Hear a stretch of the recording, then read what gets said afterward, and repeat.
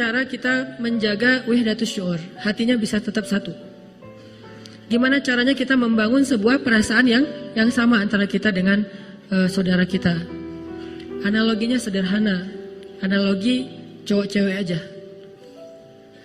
Gimana biar dia punya perasaan ke kita? Caranya gimana? Gak tahu caranya? Pantesan ya, aduh. Wah, harus saya sharing juga nih, rahasia-rahasia dulu. Caranya, kalau kita pengen bangkitin rasa sehati, ada dua. Pertama, ra'fah, kedua, rahmah. Ini konsep Al-Quran ya, nanti saya terjemahin. Pertama, ra'fah, kedua, rahmah. Apa ra'fah? Ra'fah itu peka. Gara-gara kepekaan inilah, jadilah kita orangnya pengertian. Kalau kita nggak punya kepekaan, nggak pengertian. Peka gitu. Kalau telepon, jangan lama-lama. Kalau ini dalam analogi ya, jangan lakukan. Nanti saya disalahin lagi. Analogi doang nih.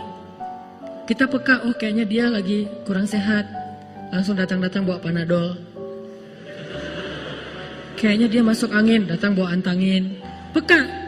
Oh dia romantis banget ya, orangnya peka banget, tahu banget saya lagi gimana.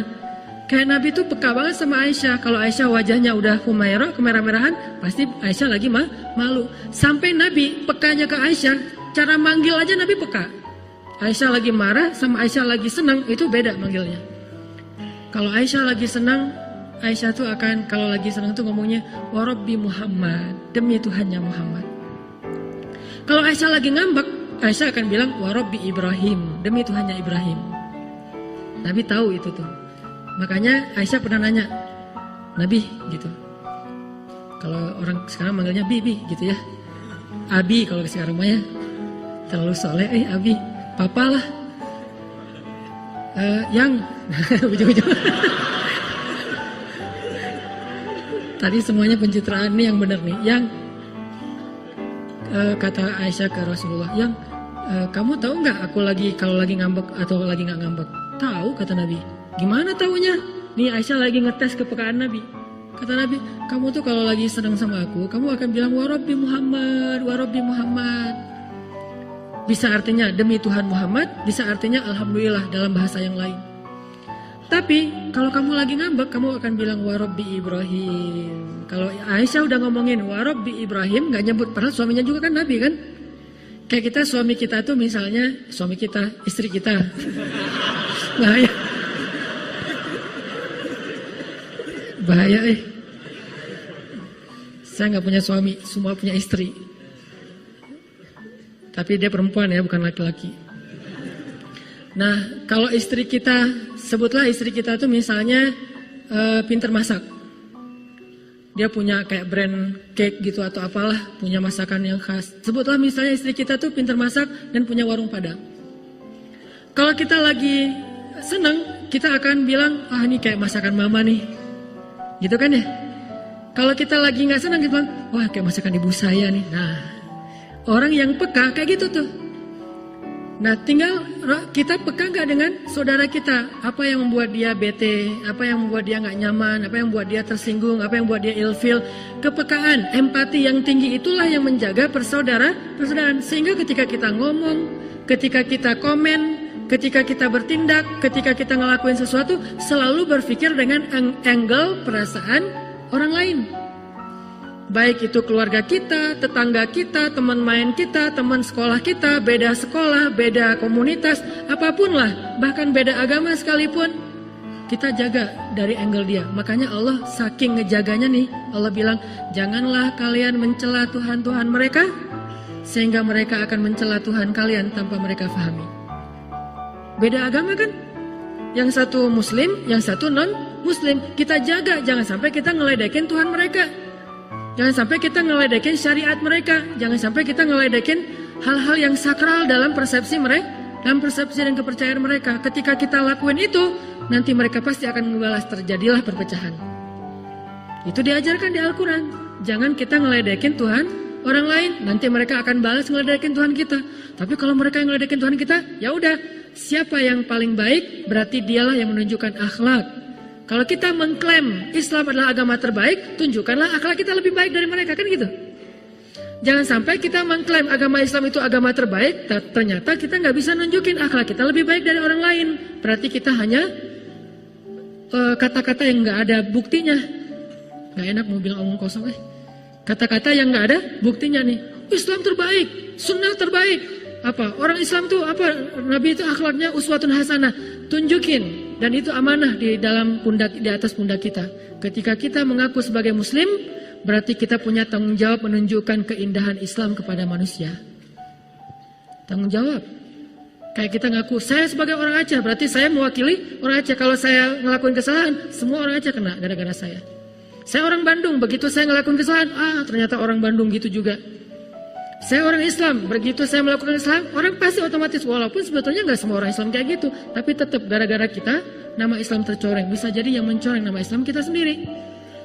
Sehingga kita jadi kayak punya tanggung jawab, amanah, saya harus lebih baik nih. Supaya orang tahu, oh memang Islam itu keren. Itu buktinya, itu buktinya, itu buktinya. Gitu. Hijrah ngaji. Kita yang udah rajin ngaji, harusnya nunjukin bahwa akhlak kita lebih baik di depan orang tua daripada adik kakak kita yang belum ngaji. Sehingga orang akan mengatakan, benar emang ngaji itu bermanfaat. Ngaji itu emang baik, bagus, banyak kebaikannya. Buktinya si AA, buktinya si adik misalnya.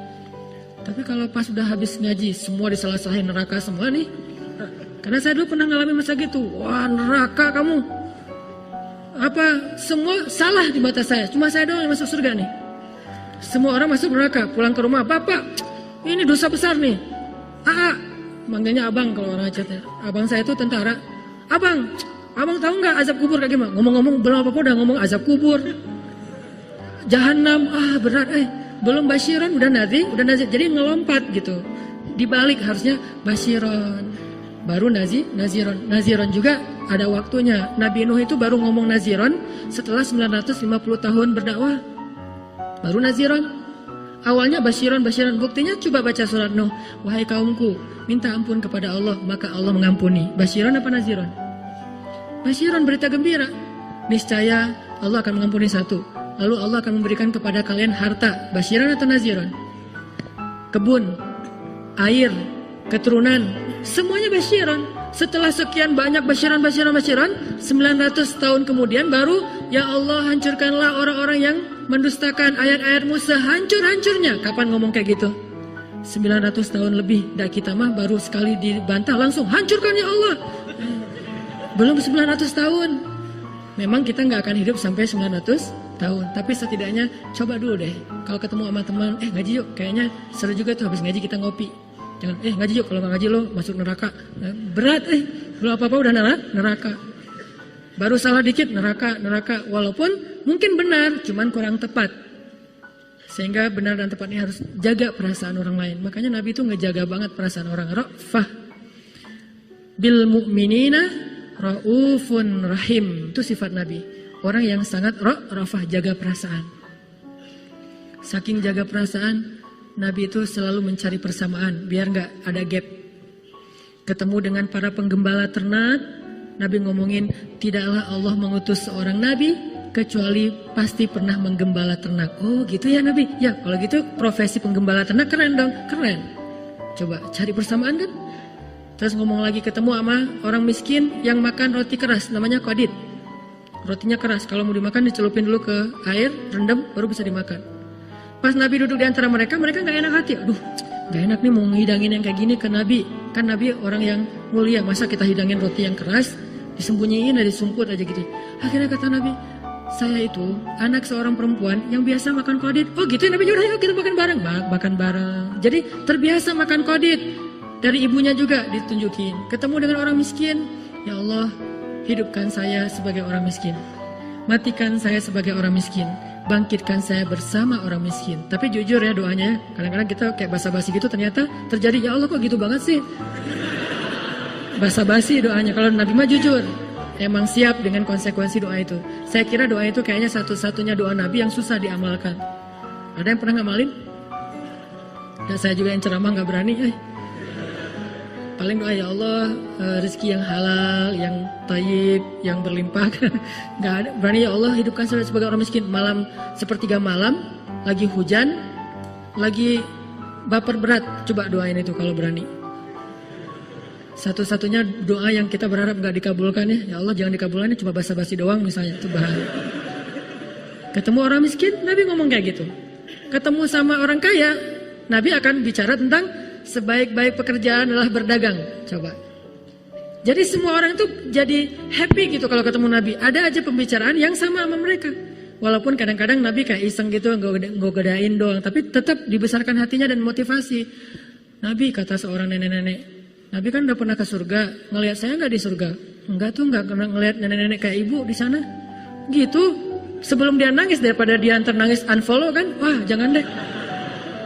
Langsung Nabi bilang, karena ibu nanti di surga akan muda lagi. Oh Nabi selfie. Dicari sesuatu yang selalu bikin orang happy. Duduk sama Ali makan. Ali kan gitu ya, mau godain Nabi dibalas. Ini menunjukkan zakat cerdasnya Nabi itu. Makan, tulang-tulangnya ditaruh di tempat Nabi semuanya. Kayak makan ayam gitu atau ikan, pokoknya tulangnya ditaruh tempat Nabi. Pas sudah selesai makan, Ali bilang, Nabi makannya paling banyak tuh, tulangnya numpuk, kata Ali. Kata Nabi, Ali tulang-tulangnya juga dihabisin. Wah, lebih ngeri daripada Nabi. Nabi tulangnya masih disisain, Ali tulangnya dihabisin. Oh iya. Coba, Ali itu terkenal sahabat cerdas loh, tapi masih kalah cerdas sama Nabi. Tapi kan ledek-ledekan ya, jadi kita sama teman supaya akrab bisa kayak gitu, selama tidak sara, nggak terlalu ke pribadi, jangan pakai kata-kata J lah, kasihan ya.